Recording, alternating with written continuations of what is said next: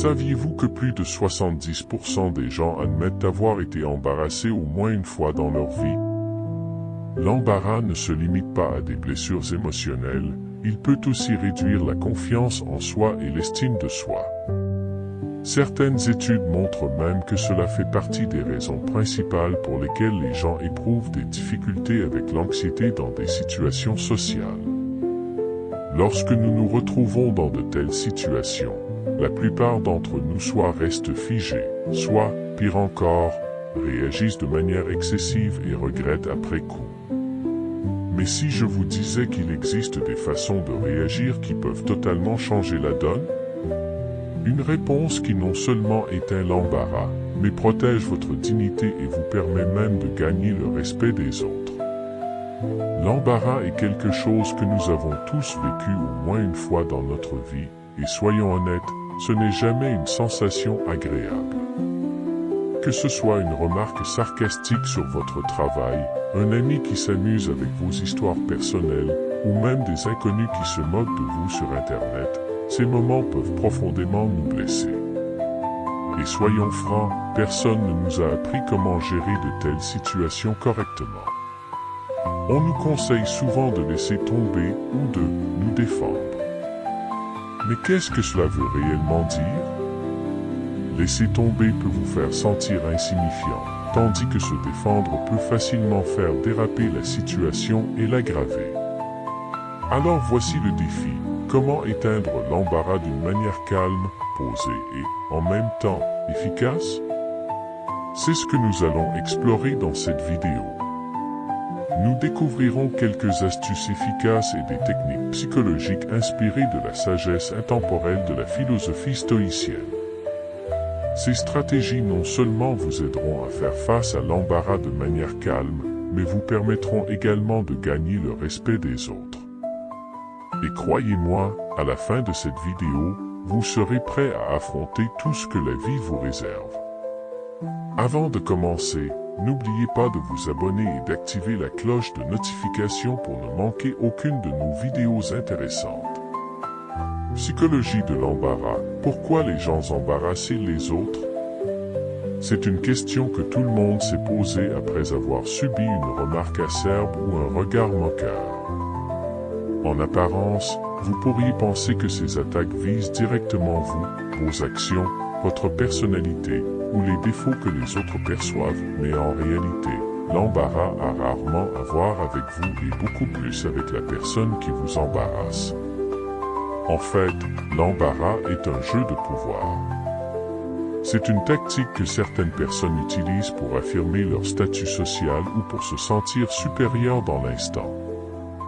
Réfléchissez Y. Un collègue ennuyeux vous embarrasse lors d'une réunion, un membre de votre famille fait une blague qui vous fait honte, ou un inconnu sur Internet vous insulte sans raison.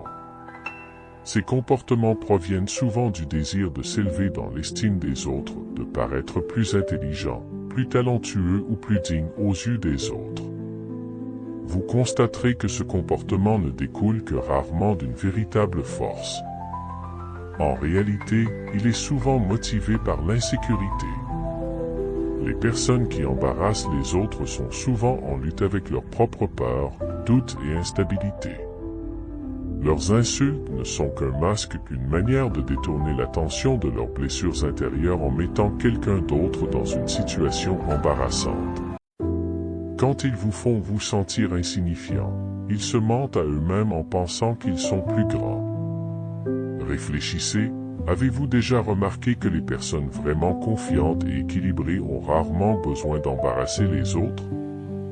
Elles n'en ont pas besoin. La véritable force réside dans le calme, la stabilité et la profondeur. Cela élève plutôt que d'abaisser. Maintenant, ajoutons un peu de sagesse intemporelle pour renforcer cette compréhension. Marc Aurèle, l'un des plus grands philosophes stoïciens, écrivait « Vous avez le pouvoir de contrôler votre esprit, pas les événements extérieurs. Comprenez cela, et vous trouverez la force. » Dans le contexte de l'embarras, c'est un facteur qui change la donne. Vous ne pouvez pas toujours contrôler ce que les autres disent ou font. Les gens vont se défouler, exprimer leurs problèmes et essayer de vous provoquer. Mais leurs actions ne doivent pas décider de vos émotions ou de vos réactions. La vérité la plus importante que vous apprendrez aujourd'hui est: l'embarras n'a de pouvoir que si vous lui en donnez. Quand quelqu'un essaie de vous rabaisser, il vous offre un choix. Allez-vous laisser ses paroles définir votre valeur?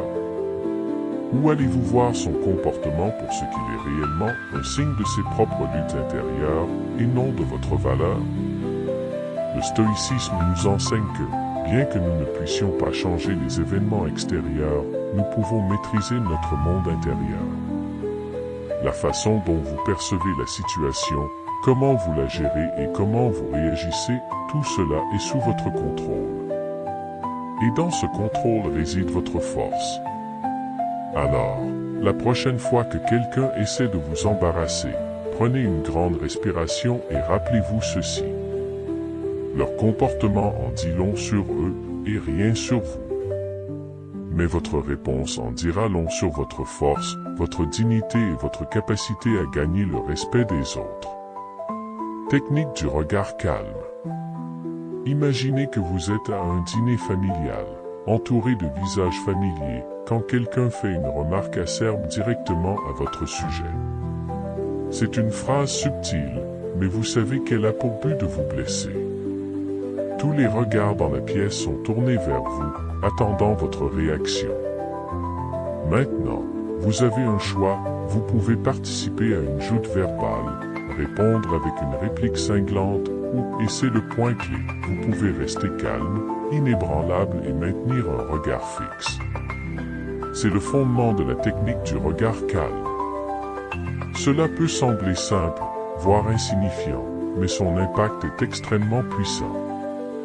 Lorsqu'une personne tente de vous mettre dans l'embarras, votre réflexe initial est souvent de réagir immédiatement, vous défendre, justifier vos actions ou répliquer.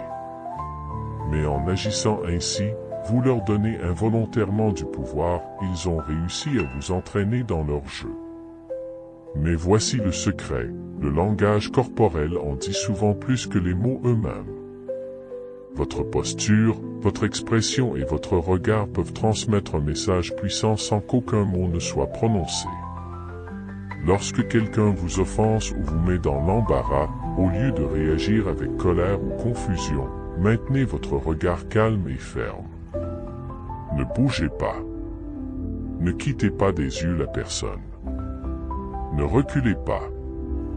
Restez ferme face à leur tentative de vous rabaisser. Pourquoi cette méthode est-elle efficace? Elle repose sur le contrôle. Lorsque vous maintenez un regard calme et inébranlable, vous envoyez un message indiquant que leurs paroles ne vous affectent pas. Vous ne paniquez pas, vous ne vous sentez pas menacé. Votre silence, combiné à la fermeté de votre regard, a plus de puissance que n'importe quelle réponse acerbe. Cette technique reflète un concept de la philosophie stoïcienne appelé apathie, un état d'indifférence face aux influences extérieures.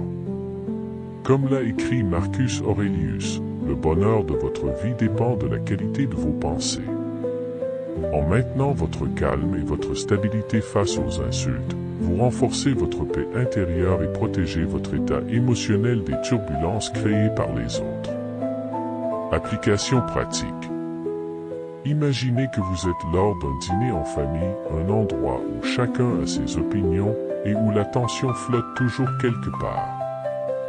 Votre cousin, avec un ton délibérément ambigu, vous lance une remarque pour vous rabaisser, peut-être devant toute la table. La remarque est assez subtile pour que personne ne la remarque immédiatement, mais vous savez qu'elle a pour but de vous embarrasser. Tout le monde se tourne vers vous, attendant une réaction. Mais au lieu de serrer les poings, de rouler des yeux ou de répliquer, vous faites quelque chose que personne ne s'attend à voir. Vous les regardez droit dans les yeux avec calme. Vous ne jugez pas, vous ne vous mettez pas en colère. Vous ne souriez pas, mais vous ne froncez pas non plus les sourcils. Vous les regardez simplement, avec calme et fermeté. Leurs paroles flottent dans l'air, mais ne vous touchent pas. La pièce, qui attendait une confrontation, tombe dans le silence. L'énergie de la pièce change. Le pouvoir du moment se renverse.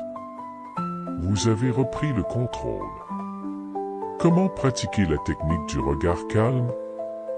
Ce n'est pas une réaction naturelle, mais une compétence à développer.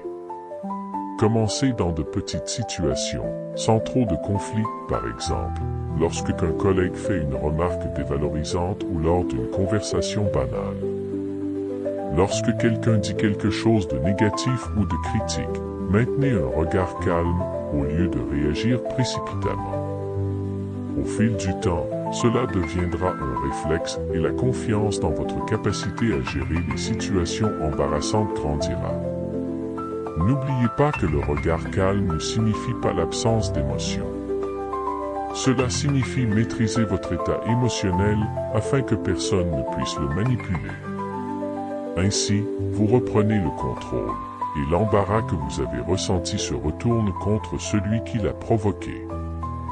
Méthode de répétition de la blague.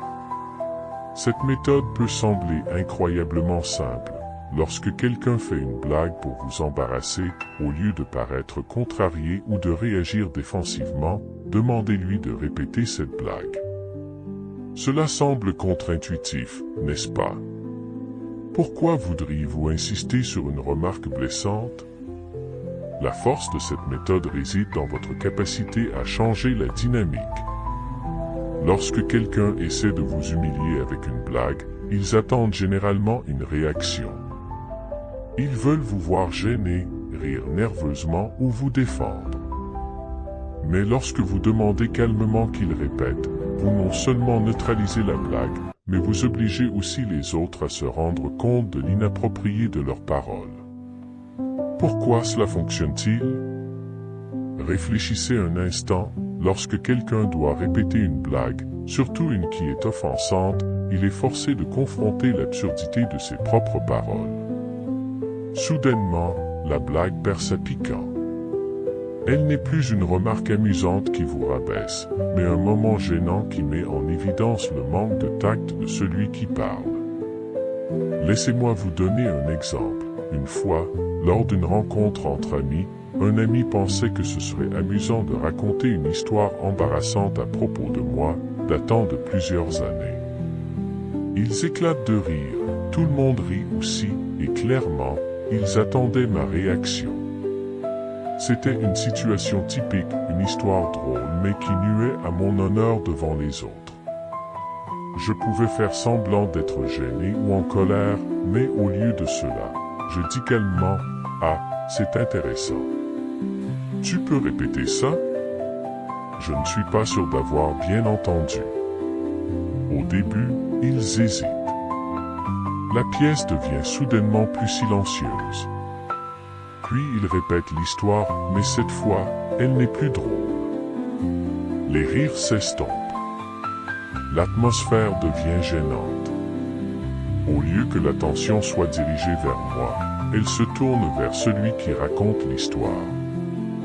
Ce petit moment m'est tellement efficace. Ils ont tenté de me rendre honteux, mais lorsqu'ils ont dû répéter l'histoire, ils ont pris conscience du malaise et de l'absurdité de leurs paroles. Le pouvoir dans la conversation s'est inversé en ma faveur. Le principe stoïcien derrière cette méthode. Cette méthode est un exemple de calme émotionnel, une leçon importante du stoïcisme. Le philosophe Marcus Aurelius écrivait « Les obstacles qui empêchent l'action sont en réalité ceux qui la poussent.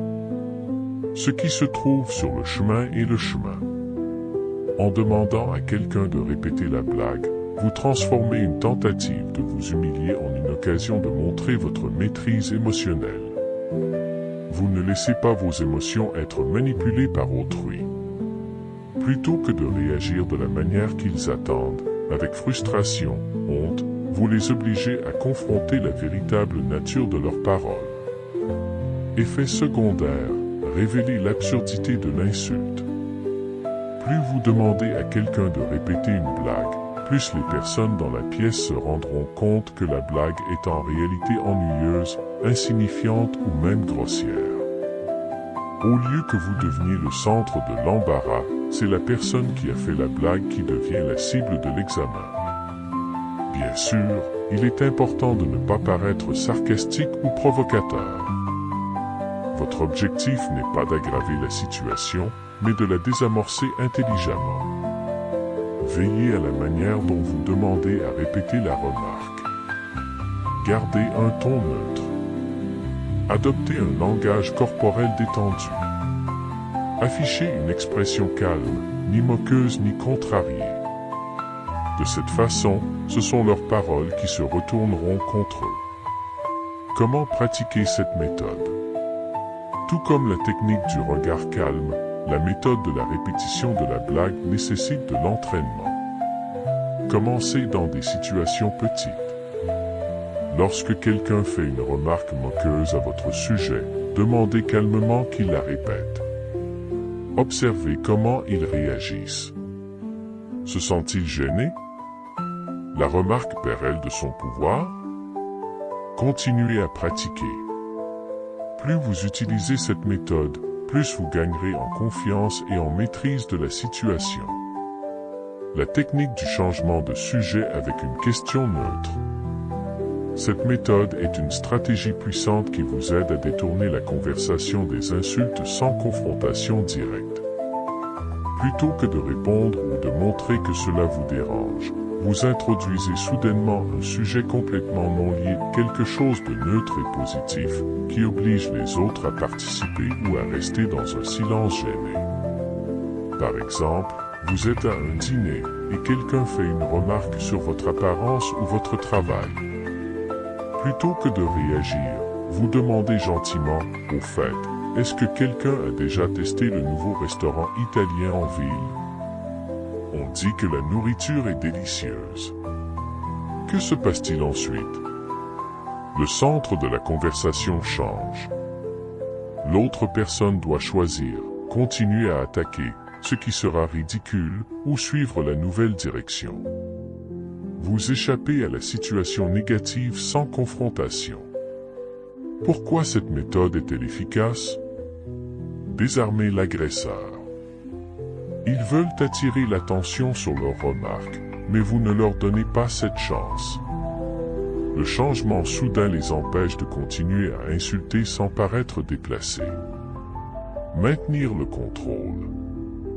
Vous ne vous défendez pas, ne vous mettez pas en colère et ne ripostez pas. Vous changez simplement de sujet de manière naturelle et intelligente. Évitez l'escalade du conflit. Il n'est pas toujours nécessaire de se battre. Parfois, la meilleure façon de gagner est de ne pas entrer dans le combat dès le départ. Exemple pratique. Une fois, j'ai assisté à une réunion avec de vieux amis. Un de mes amis attaquait constamment une décision que j'avais prise il y a plusieurs années, essayant de me faire honte devant tout le monde. Je pouvais répliquer, mais au lieu de cela, j'ai souri et dit « Et, est-ce que quelqu'un a déjà essayé le nouveau sentier de randonnée au nord? On dit que la vue est magnifique, on devrait planifier d'y aller. » Instantanément, la conversation a changé de direction. Personne n'a plus mentionné le sujet précédent. L'atmosphère est devenue plus légère. La personne qui tentait de me ridiculiser n'avait plus rien à dire. Ce n'est pas une astuce de manipulation, mais une manière de maintenir votre dignité et votre calme. Leçon du stoïcisme. Marcus Aurelius disait, ne perdez pas de temps sur ce que vous ne pouvez pas contrôler. Contrôlez vos actions et vos réactions, et laissez le reste partir. Vous ne pouvez pas contrôler ce que les autres disent, mais vous pouvez entièrement contrôler la façon dont vous réagissez. Lorsque quelqu'un essaie de vous ridiculiser, demandez-vous, est-ce que cela mérite que je dépense mon énergie? Si la réponse est non, changez de sujet. Comment pratiquer cette technique? Observez les situations quotidiennes. Lorsque quelqu'un fait un commentaire négatif, essayez de poser immédiatement une question neutre. Gardez un ton naturel. Ne semblez pas éviter délibérément ou réagir avec sarcasme. Testez dans des conversations petites. Commencez avec des situations à faible pression, comme quand quelqu'un fait un commentaire dérangeant sur la météo ou le travail. Vous verrez qu'un petit changement peut vous aider à garder le contrôle dans toutes les conversations. Partir avec confiance quand il n'est pas nécessaire de rester. Parfois, la réponse la plus forte n'est pas de répliquer ou de débattre, mais de choisir activement de partir d'une situation ou d'une relation négative.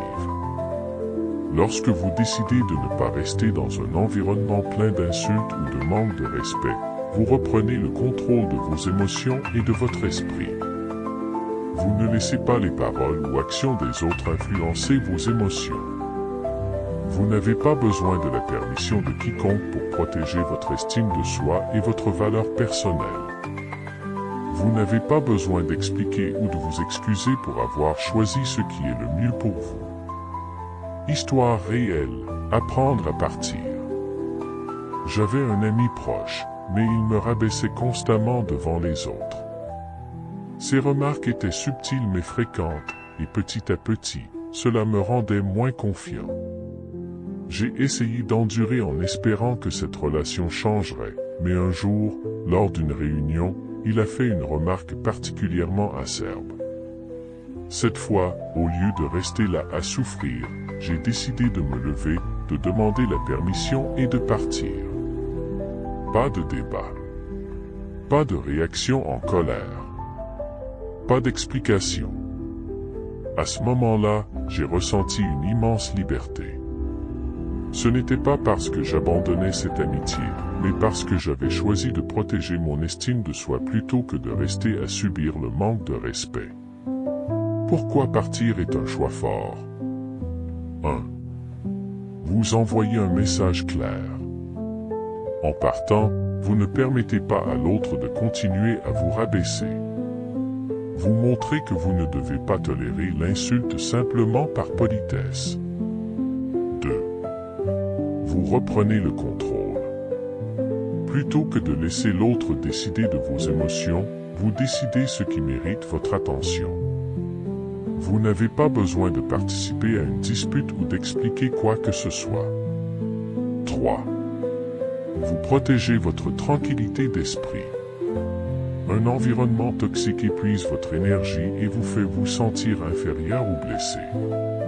Partir vous aide à éviter de vous laisser entraîner dans un tourbillon négatif et à vous concentrer sur des choses plus positives. Marcus Aurelius et les leçons du stoïcisme. Marcus Aurelius disait, « Vous avez le pouvoir de contrôler votre esprit, pas les événements extérieurs. En réalisant cela, vous trouverez la force. Vous ne pouvez pas contrôler comment les autres agissent, mais vous contrôlez toujours comment vous réagissez. Vous n'avez pas besoin de vous battre pour prouver qui vous êtes. Parfois, la vraie victoire est de quitter la bataille sans avoir à y participer en premier lieu. Comment cultiver la capacité de partir avec confiance? Identifiez les environnements toxiques. Observez les relations ou situations qui vous font vous sentir dévalorisé ou sans valeur. Rappelez-vous que vous avez le droit de choisir. Vous n'êtes pas obligé de rester dans une conversation ou une relation uniquement par pression sociale. Ne vous sentez pas coupable de partir. Vous n'avez pas besoin d'expliquer, de vous excuser ou de chercher à satisfaire quelqu'un lorsque vous choisissez ce qui est mieux pour vous. Pratiquez dans des situations petites au départ. Si vous n'êtes pas habitué à partir, commencez avec des situations plus petites, comme une conversation négative ou un groupe d'amis qui ne vous respectent pas. Petit à petit, vous réaliserez que partir n'est pas un acte de faiblesse, mais une puissante affirmation de votre dignité. Conclusion, pourquoi toutes ces méthodes sont-elles efficaces? Des méthodes telles que garder un regard calme, demander à répéter une insulte, rediriger avec une question neutre, Partir avec confiance. Tout repose sur un principe commun, gardez votre valeur personnelle. Lorsque vous réagissez avec calme, confiance et contrôle, vous changez complètement la dynamique de la conversation. Vous ne laissez pas les autres décider de votre valeur. Vous ne permettez pas qu'ils contrôlent vos émotions. Vous choisissez la manière dont vous voulez réagir, et c'est là que réside la véritable force. La prochaine fois que quelqu'un essaiera de vous ridiculiser, rappelez-vous que vous avez plus d'options que vous ne le pensez. Vous pouvez les regarder calmement, changer de sujet ou simplement partir avec confiance.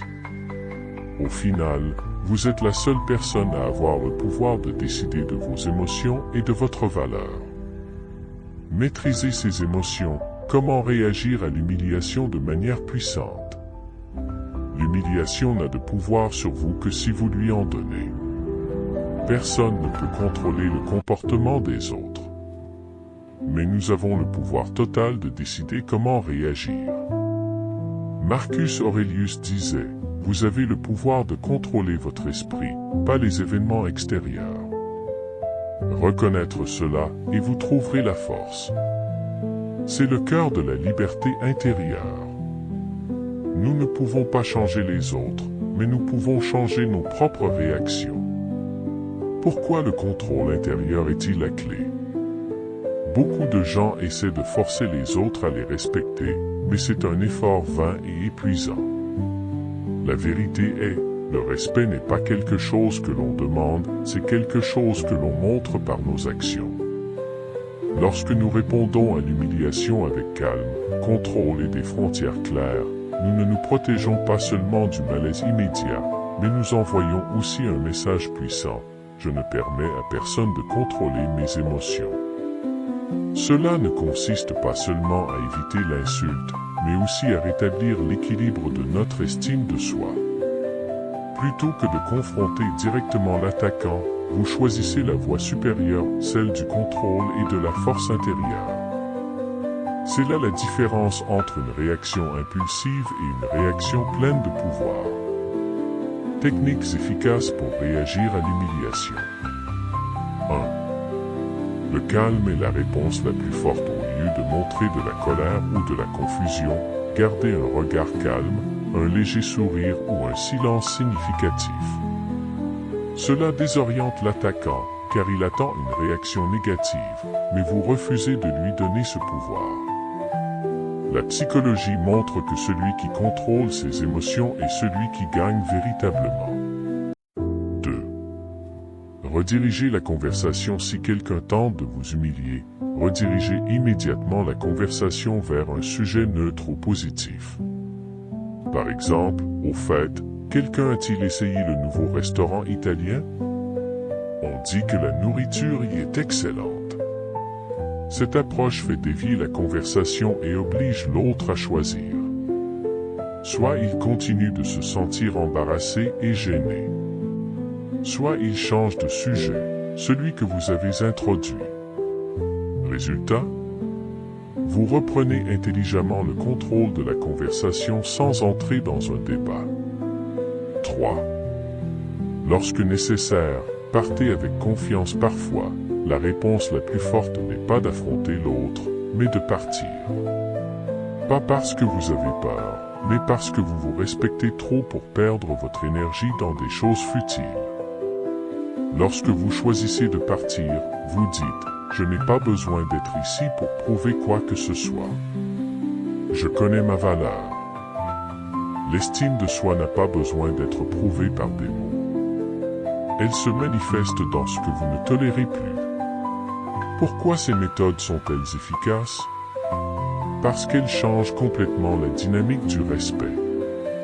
Ce n'est pas seulement la façon dont les autres vous traitent, c'est aussi la façon dont vous vous traitez vous-même.